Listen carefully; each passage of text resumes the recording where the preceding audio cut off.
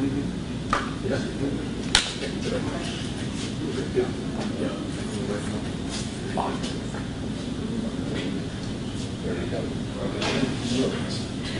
we're waiting to hear from the chief right now. We're expecting that we're going to be hearing some of the plans for the Abilene Police Department's ways to deal with issues connected about calls to the coronavirus.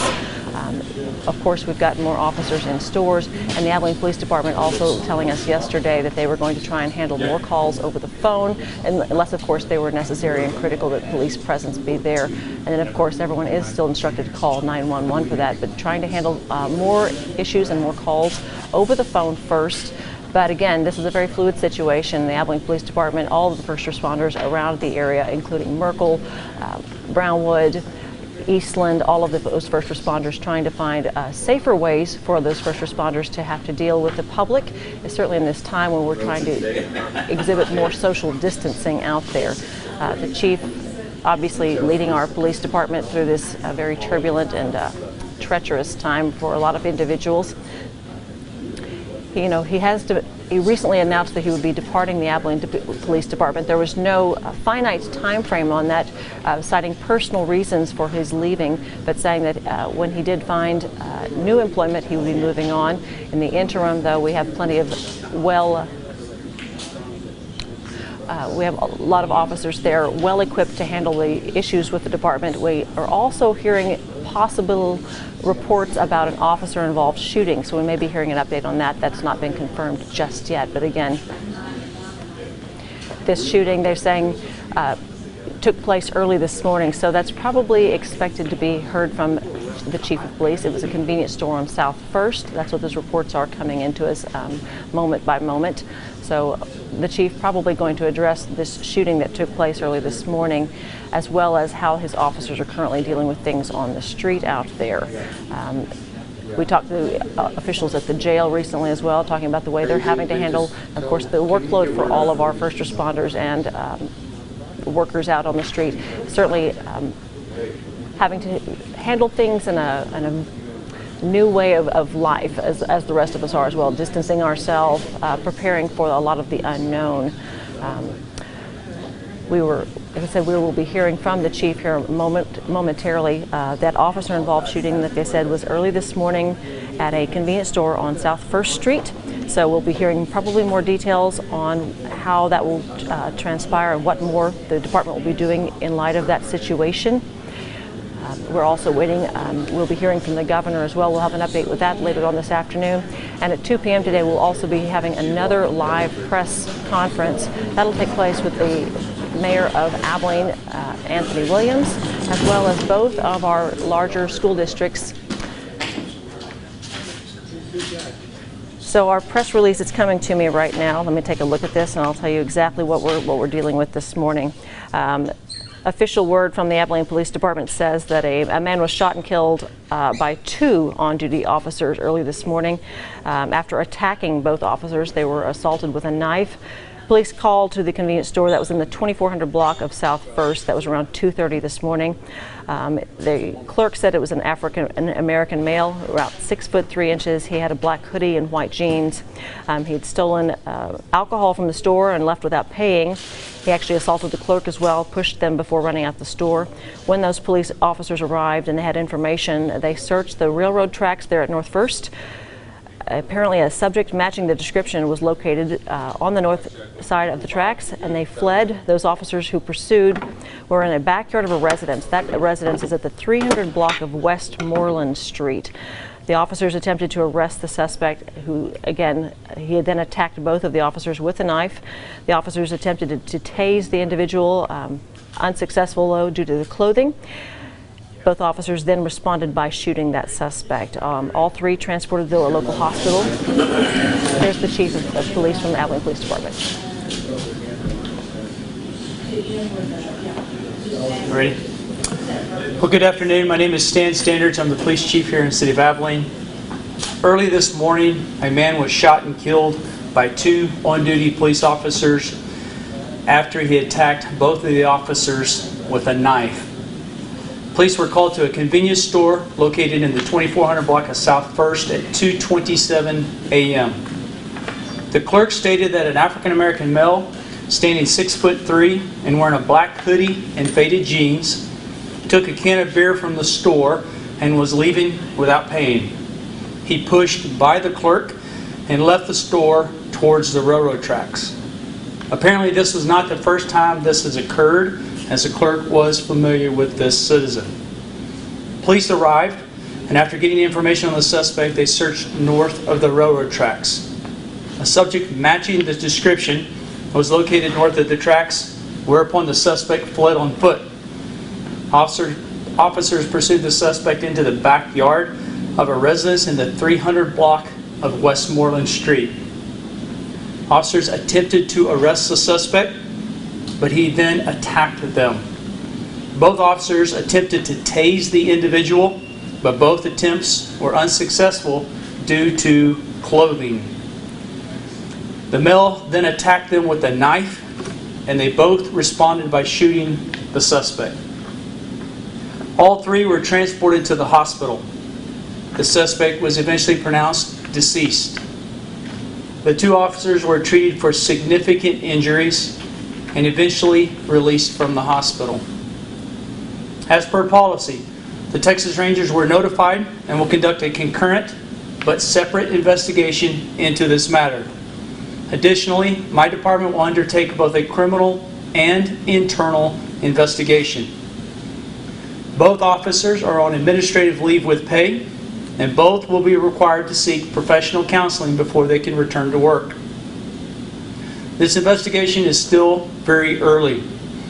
However, based on what I know at this time, it is apparent that both officers acted in self-defense and used force to end a very violent confrontation.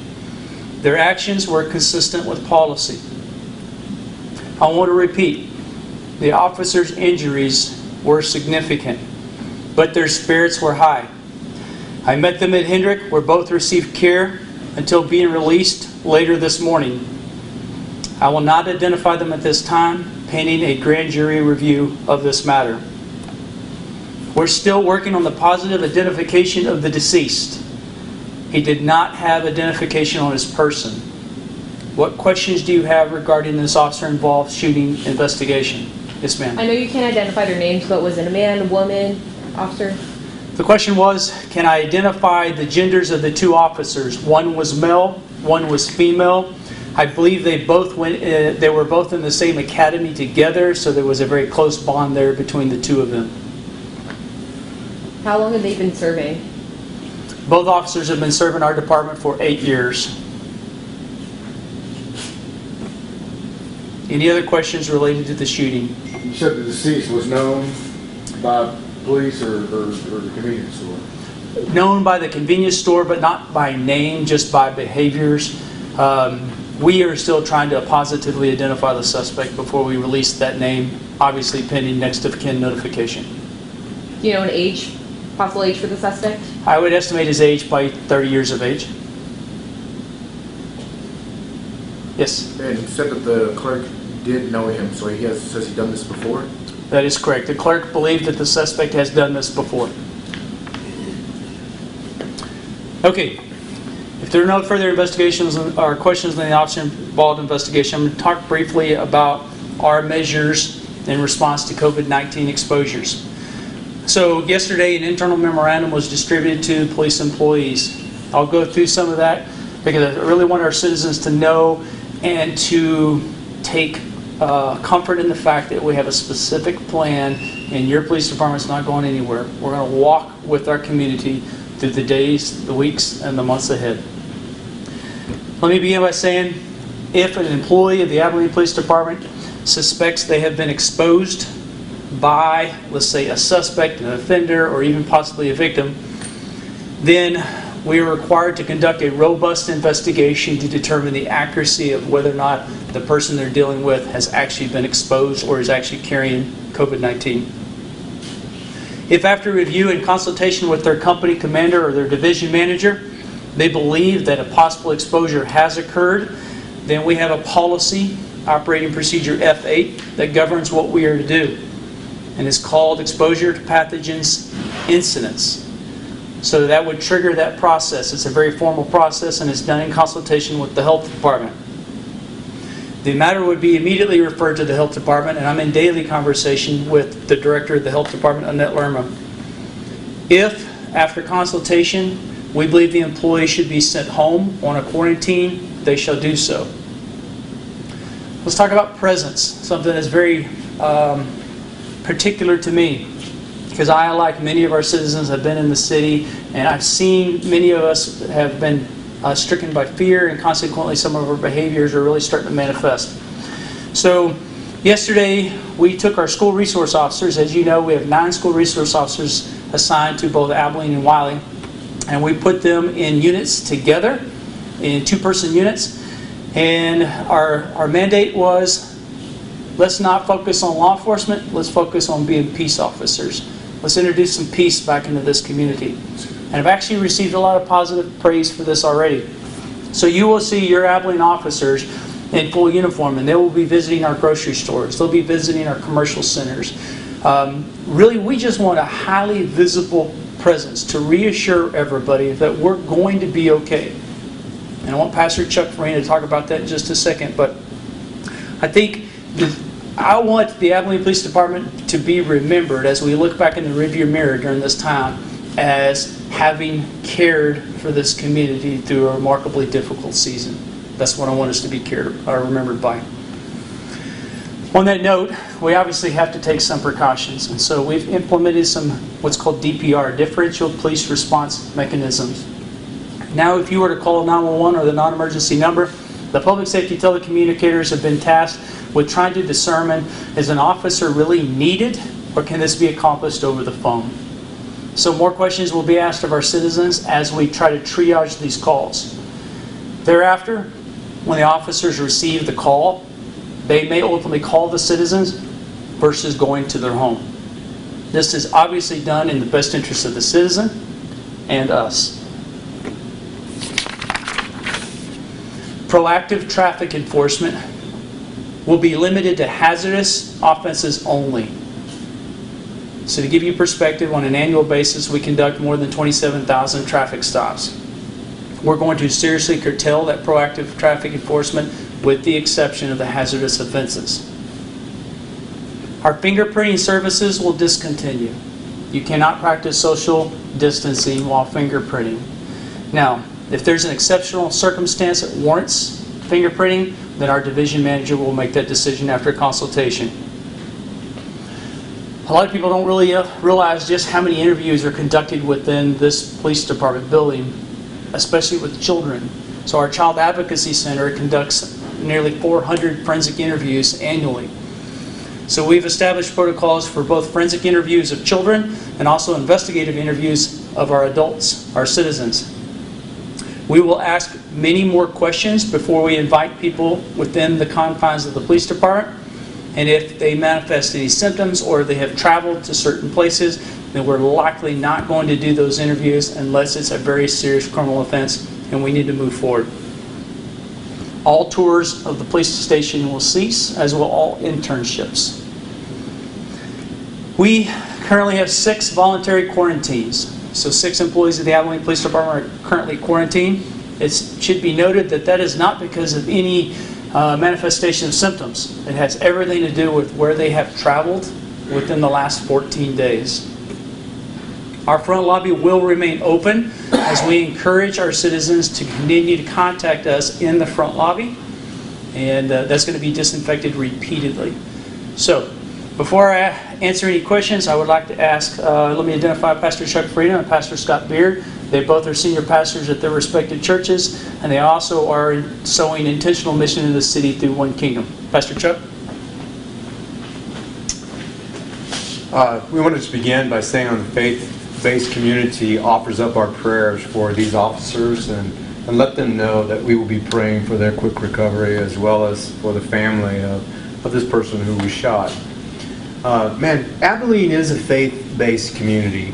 There are a lot of churches and a lot of people of faith, and I want to remind us that we're not alone in this. So, I think in a world where fear is running rampant, we want to bring hope and light and and remind us of what Scripture tells us. So most are familiar with Psalms 23, and in verse 4 it says this, "Though I walk through the valley of the shadow of death, I will fear no evil, for thou art with me." Here's what I want to tell us. God is with us. We're not alone in this. It's kind of interesting as you look at that verse real quick. It says, the valley of the shadow of death. The shadow is not a real thing. The shadow is reflected as light passes by something that is solid. This is a shadow of death. God's with us. Paul the Apostle wrote in Philippians chapter 4, he said, "Don't be anxious about anything." Wow, what a huge command. Don't be anxious about anything, but with everything through thanksgiving, let your requests be made known unto the Lord. We, the faith-based community, are asking God for a quick end to the coronavirus. And we are standing on His word that He is with us. I want to speak a blessing. Man, you've had a lot of people speak fear over our city and fear over our lives. I want to speak a blessing. It comes to us out of Numbers chapter 6. And this was a blessing that God commanded Moses to speak over the Israelites, and I believe it's pertinent to us today. I address it to the city of Abilene. Abilene, the Lord bless you and keep you. The Lord make His face to shine on you and be gracious to you. The Lord turn His face towards you and give you peace. Abilene, receive peace in the name of God.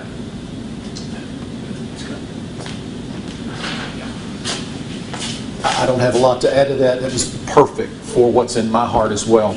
And to know that we are that community. What a blessing to live in this city. And I have no question that God has great plans for our city. And we are here as the church to say, however we can be of assistance, however we can be of help. If there's fear or concern, please call us.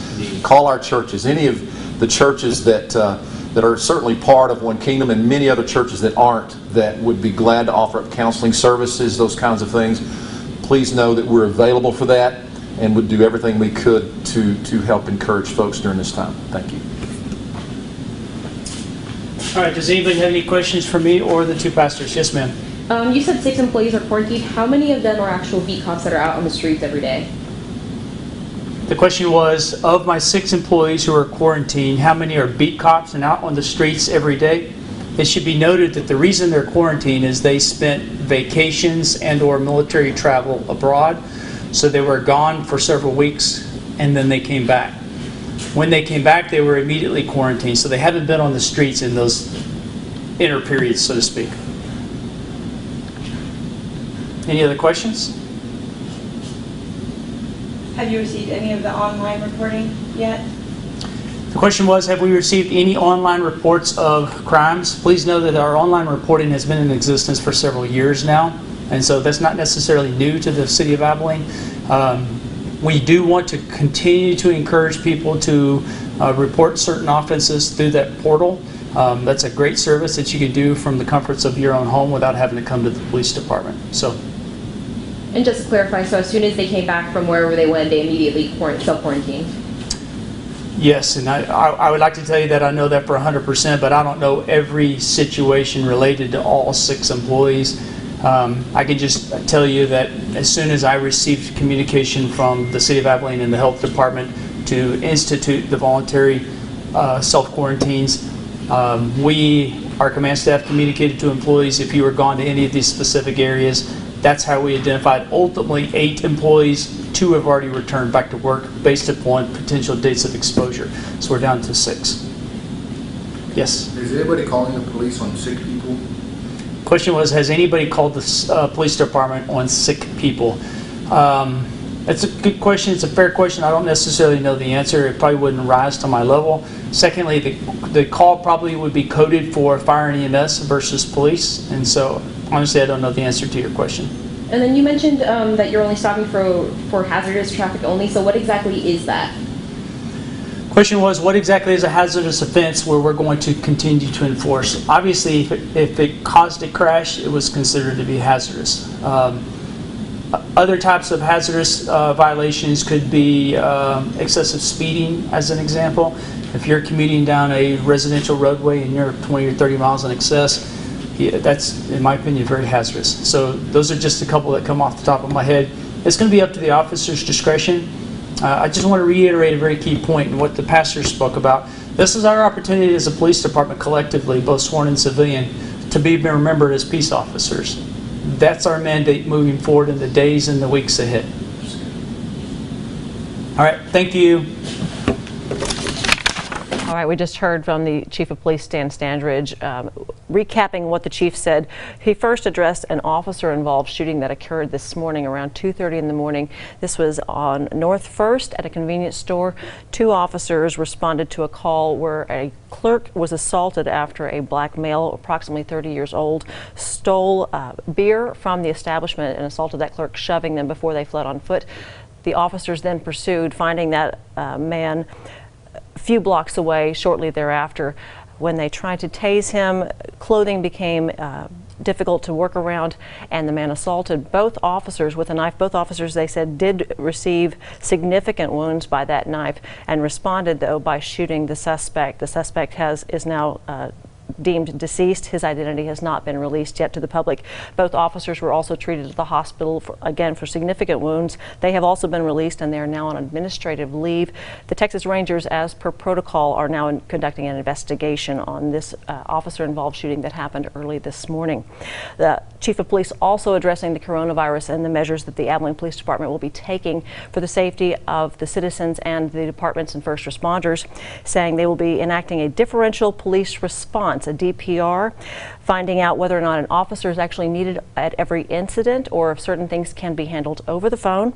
They've also said that traffic stops will be reduced. That is to only hazardous offenses now, and the police did specify that that also includes traffic accidents and excessive speed. Those do fall under hazardous offenses. So, but reducing the number of traffic stops will be taking place out there as officers are elsewhere. School resource officers will be going back to the streets, acting as peace officers out there. They are members of the Abilene Police Department.